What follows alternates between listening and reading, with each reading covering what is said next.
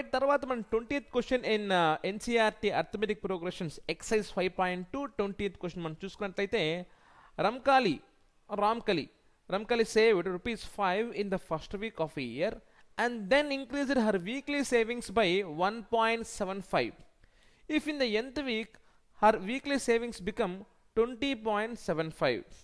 her weekly savings ఇది అంటే total కాదు అడిగింది, టోటల్ ఇవ్వట్లేదు.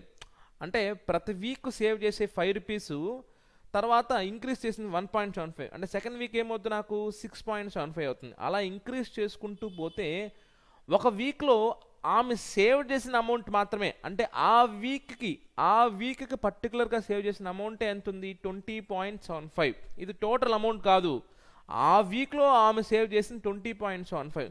అది ఎన్నో వీక్ అవుతుంది అంటున్నాడు. చూడండి, క్లారిటీగా చెప్తాను చూడండి. సో 5 అనేది ఫస్ట్ వీక్, సెకండ్ వీక్ మనకి 1.75 ఇంక్రీజ్ అయింది అంటే 6.75. థర్డ్ వీక్ ఏమవుతుంది, నాకు 6.75 ప్లస్ ఒక 1.75. ఓకే, సో 675 775 775 850 అవుతుంది అంటే 8.5 అండ్ సో ఆన్. సో ఇది first week, second week, third week and so on. అట్లా ఇలా రాసుకుంటూ పోతే 20.75 అనేది ఎన్నో వీక్లో సేవింగ్ అమౌంట్ అవుతుందని అంటున్నాడు. సో యాజ్ యూజువల్ ఫస్ట్ ఏ వాల్యూ 5 అనుకుంటాం, డి వాల్యూ ఆల్రెడీ ఇచ్చేసాడు, second term minus first term ఎంత 1.75.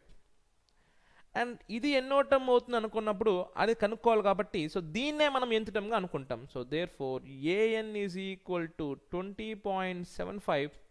ఏఎన్ అంటే ఏంటి, A plus n-1 into D is equal to 20.75.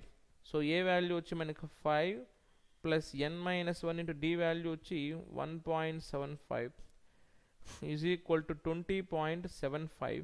So ఇక్కడ 5 యాడ్ అవుతుంది, అవతల పోతే ఏమవుతుంది, నాకు subtract. So n-1 into 1.75 is equal to 20.75 minus 5.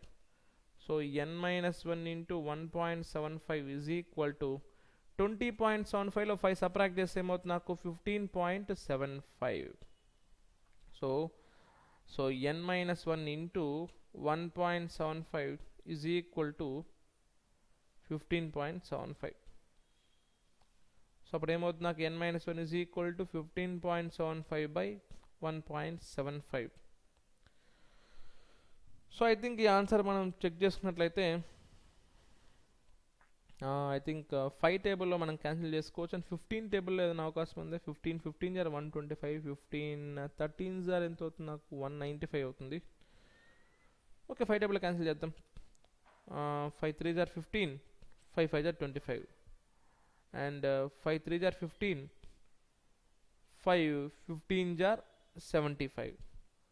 Again 5 6 jar, 5 3 jar, 5 7 jar. So 7 1 jar, 7 9 jar. So n-1 is equal to 9. n is equal to 9 plus 1. n is equal to 10. So 10th week లో savings అనేది మనకి 20.75 అవుతాయి అన్నమాట. So right, ఈ విధంగా అయితే ఈ question చేసుకోవాలి. అండ్ ఈ సాల్వింగ్ జాగ్రత్తగా చూసుకోండి. Right, thank you. And more over important point, ఇక్కడ పాయింట్ ఎందుకు కన్సిడర్ చేయలేదంటే, సో ఇక్కడ కూడా పాయింట్ తర్వాత మనకి 2 డెసిమల్స్ ఉన్నాయి, ఇక్కడ పాయింట్ తర్వాత 2 డెసిమల్స్ ఉన్నాయి. సో కాబట్టి రెండు ఒకటే వాల్యూ అవుతుంది కాబట్టి నేను కన్సిడర్ చేయలేదన్నమాట.